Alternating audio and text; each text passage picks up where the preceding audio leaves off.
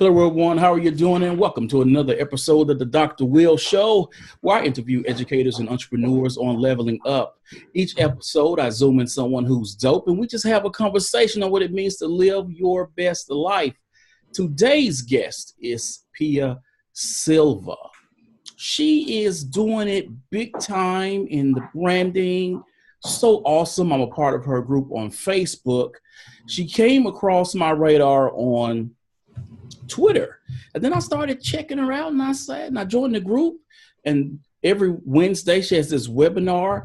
And I said, this is awesome. And I want to have her on the show, particularly since I'm a part of a group of a bunch of K through 12 educators we're consulting, we're writing books, and we often talk to each other about how do we get to that next level in our business. And branding has been one of those topics we've been really talking about this past week. And so I wanted to have Pia on so that she could drop gems so that for those of us in K through 12 who are looking to start their business or who are currently out there consulting will be able to know how to step forward or take the best foot forward when it comes to developing their personal brand. So for those who will be watching on YouTube or listening in the future on SoundCloud or iTunes, will you please introduce yourself, Pia? Thanks so much for having me, Dr. Will. I am Pia Silva. I am a partner and brand strategist at Worstofall Design and the author of Bada's Your Brand, the Impatient Entrepreneur's Guide to Turning Expertise into Profit. I love working with small service businesses, people selling their expertise, and just helping them really figure out what their badass brand is so that they can reach the right people and increase their prices. That's a big part of badass branding. Increase your prices, and that really creates a lot of freedom in your life, and that's what I'm all about.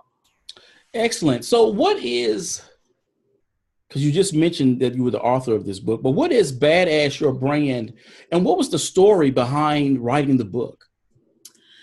So the philosophy behind badass branding, right? Everybody's trying to define what branding is. It's a pretty elusive concept, I think. So I defined badass branding as a brand that has two critical characteristics. First, it's able to magnetically attract clients, and that means that it's okay being disliked or even repelling a lot of people, and it's able to charge a premium price. So you can charge more than the competition and still win the business. And I wrote this book really to divulge all the things I've learned over the years on how to do that. There's a bunch of different elements that go into building a brand that's able to do those two things. And so the book really lays out different concepts and stories on how those concepts were applied both to my own business and to many of my clients.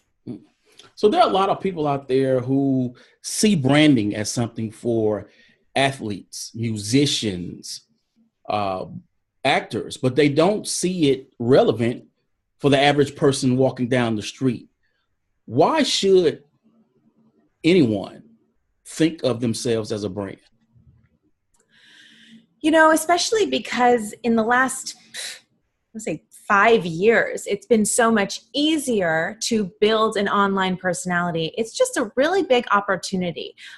Anyone used to be that you had a business card, you had a resume. Now it's all about what people find when they Google you online. So I don't care if you're just some guy walking down the street. If you have things that you want to do and you need that credibility, you need respect from other people, you need to be recognized as an authority on whatever it is that you specialize in, your brand online is what's going to communicate that to people. So everybody should, even if you are not an entrepreneur, if you are somebody who just really cares about your career, you're trying to, climb the corporate ladder, it's no longer about getting this salary job at a company and staying there for 50 years. It's all about being an entrepreneur, essentially. You work at a company, but you're really your own little business. And if you want to rise the ranks, you need to be seen as somebody who is indispensable. I like to say that. If I worked at a company, I would work on becoming indispensable. And building your online brand is how you do that. Mm. So on your website, you have in these red letters that, forget everything that you think you know about branding. What would you say are some of the missteps that people take when developing a personal brand?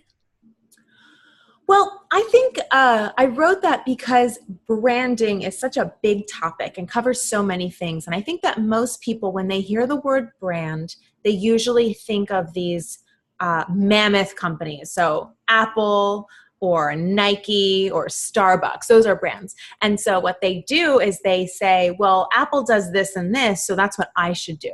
But they are completely different games, right? We are not Apple. They are playing a different game than us. So while I can draw some parallels between huge corporate brands and an individual, I would say that you really don't want to use the strategy that they're using. Their strategy is based on having hundreds of millions of dollars in advertising dollars. Our strategy is the opposite, where most of us are just going by the skin of our teeth to try to get out there. So you can't do what they're doing, which is generally, they own their brand and their brand voice, but they rely on people seeing their brand over and over and over again and becoming accustomed to it. Whereas with us, we need to grab their attention immediately. We need to draw them in quickly, and that requires being much more narrow and specific in your message and where you focus. And that's, again, where that whole badass branding comes from. It takes guts to say something really specific and to say something that some people aren't going to like. So I want to throw this out there to you. When you talk about being specific and being that entrepreneur of, even though I may not want to create that side hustle, I'm still looking at myself. Where will my trajectory be, 5 years, 10 years down the line? When you maybe take stock of yourself and you say, okay, I have these strengths, I have these strengths, I have these strengths. I like this, I like this, I like that. How do you take all of that to really create that simple niche, that one message, that one voice that not only you as a person can sort of build your career off of, but do it in a way to where when people think branding, they say Pia and not Robin Roffer or these other people? Yeah, I think it all comes down to focus. I think if anybody takes stock of what's in front of them, all their skills and all the things they love, they're going to feel like, well, I'm all over the place, and how could I possibly choose? And what I like to tell people is, just because you focus in on the aspects of your skills and your goals doesn't mean that you're any less the other things, right? This is about looking at your goal and honing in on a brand that's going to get you towards your goal. So as an example, I'm an avid dancer. I was never a professional dancer, but I may as well have been, because I danced so much for so many years. But that's not a part of my brand, and I don't really talk about it or show. I bring it up as an example a lot because it's kind of funny what a big part of that my life is, but how you would not see it anywhere in my brand, because it's not going to help me with my ultimate goal, which is really to be seen as an authority in branding. The dancing has nothing to do with that. So am I less of a dancer because I don't have it in my brand? Of course not. I can dance whenever I want. It's just not a part of my brand. And I think that's a piece that some people don't want to let go of, because they think that their brand is all of them, and they're somehow undermining their being by not putting it in their brand. And that's just not, I don't think that's right. Well, I think people, because you hear so many people say, be authentic and show the real you, that they feel that's confusing. That dancing, I'm a dancer, it needs to be out there. Yes. Yeah, I think that's, I think that word authentic confuses people, because they think, well, anything that's true should be out there because that's authentically me. But when I think of the word authentic, I think it comes much more down to trying to find the thing that is you that you're going to bring out. So I tell people, badass branding is about it's about being different. But I say that, I hesitate to say that, because I would never suggest that somebody does something different because I think it's a good idea, but it's not really them. So when I think of authenticity, I think of, you got to find the thing that's you and bring it out and use that as the difference. And it doesn't mean that it's so crazy. It means that you kind of blow it up Like I think of it like you take this kind of little thing about you and you blow it up on a billboard and that's your brand. That is authentically you, but it's not like you at, 7:00 in the morning before you've had your coffee. Like it's you in the branding space. They're different. Cool. So you write for Forbes.com, and people, you got to check out her writing. And you wrote this dope piece about how our messaging online sort of gives off a footprint of who we are. Everyone has a story. Everyone has a brand. How does someone go about creating that narrative, particularly in the online space where people can be remembered or thought of as a thought leader or an expert within a specific area? Yeah, I mean, when you Google yourself or anyone else, whatever comes up, that's your online footprint, right? So I think a really strong online footprint is one where everything that comes up kind of supports the same story. So for me, it's, obviously it's badass branding, right? My book is called Badass Branding. It says badass brands without the BS on our homepage website. It says it on my personal site. I mean, it says it on my LinkedIn. It says it everywhere.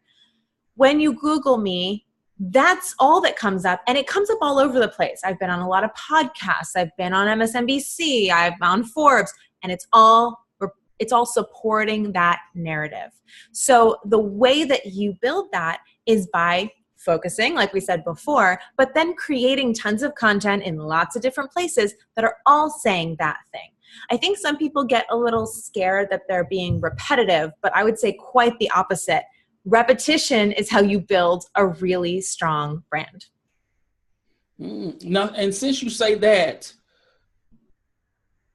different platforms have different feel to them, different people who actually frequent them as well, and different expectations of what content people expect. Yes. In what you're talking about in terms of creating that content and bringing it home of this is who I am and this is who I want you to know. How does someone go about creating that message on those platforms to where, Facebook is very laid back. I mean, that's where you can share your pictures to your grandma there. And LinkedIn is very, button up, and you wouldn't get on there and say, you know what, last Friday, I went out and danced all night. But for some people, LinkedIn is a platform that is very valuable because of those business associations. So when you're thinking about creating that content, how do you take into account the different platforms and the different expectations of those platforms? Well, there's kind of two questions there, I think, because one of them is about the different ways that you interact with platforms. 100%. When you think about kind of your content strategy, you're going to think, okay, well, on Instagram, I'm going to be very visual, right? On LinkedIn, I might share more like article type of things. On Facebook, I might have more of a dialogue and an interaction. And as you say, a more like laid back setting. Despite that, they're all on brand. So are they all on the same focus? And they absolutely can be. I show a lot of photos on Instagram. I don't put any photos on LinkedIn. I use photos on Facebook, but I use Facebook to actually converse with a lot of people and do video. So there's lots of different ways to do it. But your point about, photos for the grandkids or the grandparents on Facebook, that's I think a separate conversation, which is really about what are you trying to do here? So I am not one to say whether or not you can or should have your personal Facebook with all your personal stuff. If that is something you enjoy doing, go for it. But I would recommend when you're thinking about your online brand, you have them separate. So if you are on Facebook connected to all your friends and family, just keep that private. Keep that as a private profile and only connect with your friends and family there. And use your public Facebook to do your brand and keep them separate. I personally don't keep them separate, but I don't post anything personal on Facebook because I have such a clear goal of using everything I can to build this one authority positioning and branding. And I was never really a Facebook person anyway. So I just said, I'm just going to use my personal and my business all about the badass branding because that's what I need it. That's what I want it for. And I text photos to people. So old school now, but that's how I do it. So it really depends on what your desires are and what your goals are and how important those goals are.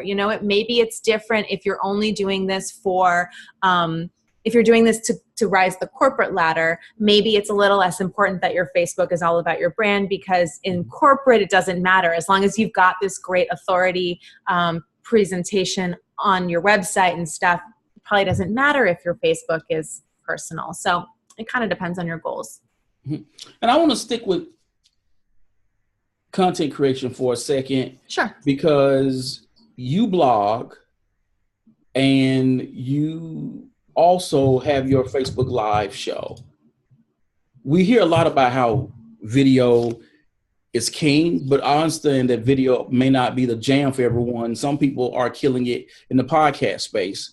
Yes. How does someone figure out when creating that content, which medium would be best suited for them to actually create that recognition and authority? I think you really have to ask yourself, what are you willing to commit to doing on a consistent basis? Video is harder than audio. Audio is harder than written. I mean, these are just different levels of work in terms of editing, the equipment, being able to show up and perform. I certainly started with writing and I kind of slowly went up to into video, but it's definitely a lot more work. So I would say the most important thing is about being consistent and putting consistent content out. So I would ask yourself, what are you willing to commit to? Because you might be willing to do a video or a podcast, but are you going to do a weekly podcast? Because that's what's going to move the needle, not one or two random episodes, not even episodes that come out like every few months. Even if they consistently come out every few months, that's really not going to do any good. So that's how I would ask you. I would ask yourself that. Wow. I do about 10 podcasts a month. Good for you. See, that's your medium. It is. And I just signed a deal with education publishing company to create a documentary for them. Oh, wow. Congratulations. Thank you. And they heard your podcast. Yes. And the person actually, because I was like, I would love to write a book. I said, but yeah, I know I'm not going to sit down and do it. After I wrote that dissertation, I was kind of done with long form writing. Oh my gosh. And she said, why not? Let's create a documentary. Why not, interview some people and then we edit it in a way to where it becomes a documentary. Yeah. I said, yes. And so I the other day I took a picture of the contract and put it on Facebook. Like I belong to the EduMatch family now.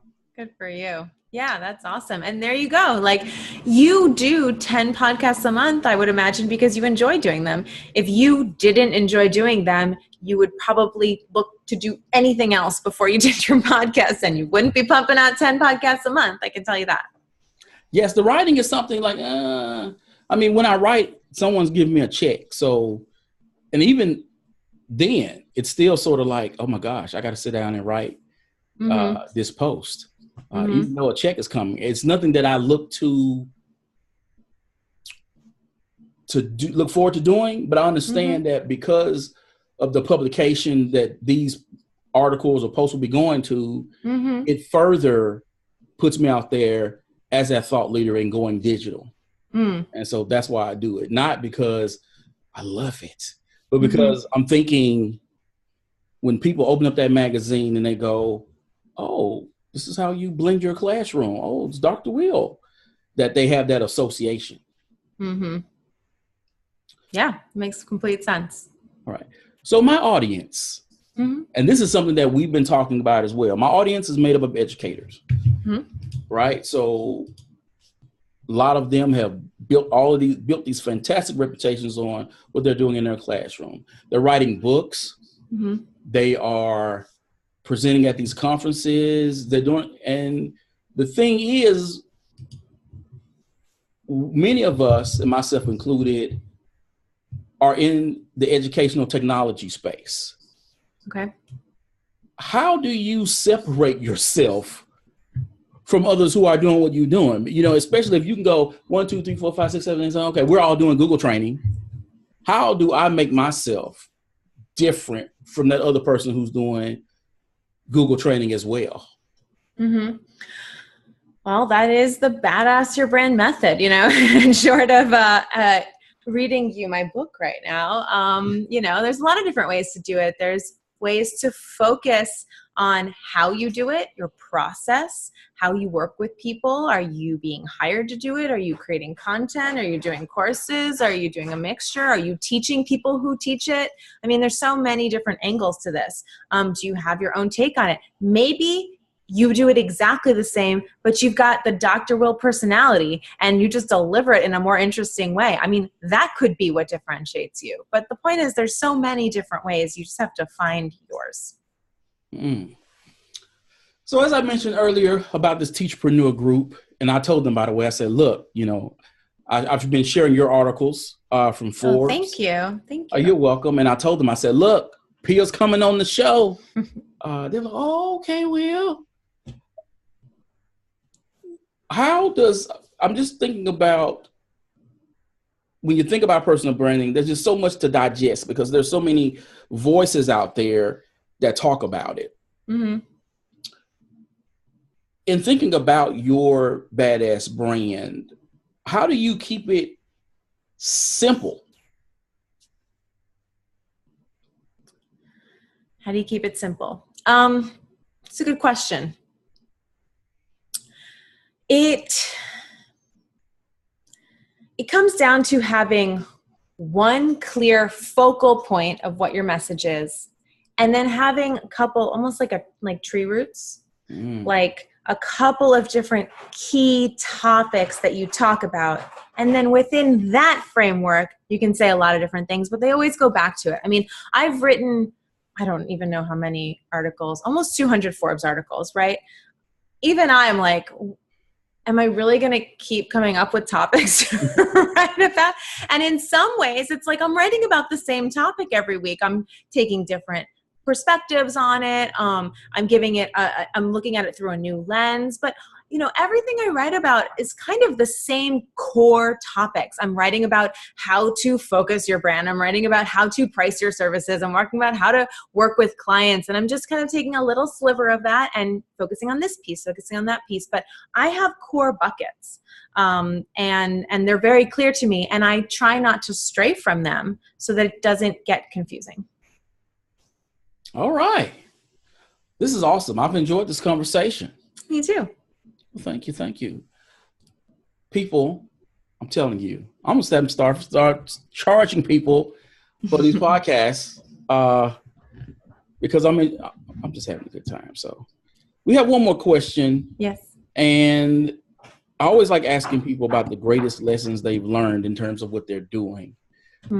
So what is the greatest lesson you've learned about personal branding? And what is the one thing you want people to take away from this interview? The greatest lesson I've learned about personal branding is that it takes time to build. No way around it. You can do it faster by putting in more work more intensely, but this is not something that you just create and it's one and done. It is kind of an ever evolving thing. And that's both daunting at first, but also really exciting, I think, because it should kind of grow and evolve with you as you grow and evolve. And the one thing I'd want to take away is, I'd want listeners to take away is, I guess based on that, now is always the time to start building your personal brand, because it takes time. And it actually has, in my experience, it really has a snowball effect. So the beginning parts are going to be the hardest parts, and they're going to be kind of the most slow moving parts, but it does pick up. So you're not going to get to the part that picks up until you've done that first part of it. So start now, I tell people to write, and people always want to wait. Oh, I need a website. I need a blog. I'm like, no, just throw up a Squarespace site and start writing articles. It's okay if no one's listening and no one's reading it. In fact, it's probably better because your first articles are not going to be good. I had to go back and delete all my first articles because they were terrible. But you need to get into the act of doing it, start putting it out there. And with time, something beautiful will happen through the act of doing it. Excellent. Excellent. Thank you, Pia, for coming on the show. My pleasure, Dr. Will. And I actually brought a gift for your listeners if you would like. Awesome. I will put up on badassyourbrand.com/Dr. Will. I put my brand shrink. So it's a list of questions that I give all of my clients to figure out where their focus is. So you're asking me, how do I find my focus? Go download the brand shrink, answer the questions. That'll help you find your focus. Excellent, excellent. People, do you see how we're doing it over here? You know, people, the podcast will be on iTunes and SoundCloud. I need you to follow, subscribe, leave me some stars, people, some love. The video cast is going up on iTunes. Subscribe, leave some comments, because your boy's trying to get Oprah on the show. And I want her to know that I'm doing big things around here. As always, people, invest in you. EDU. Peace.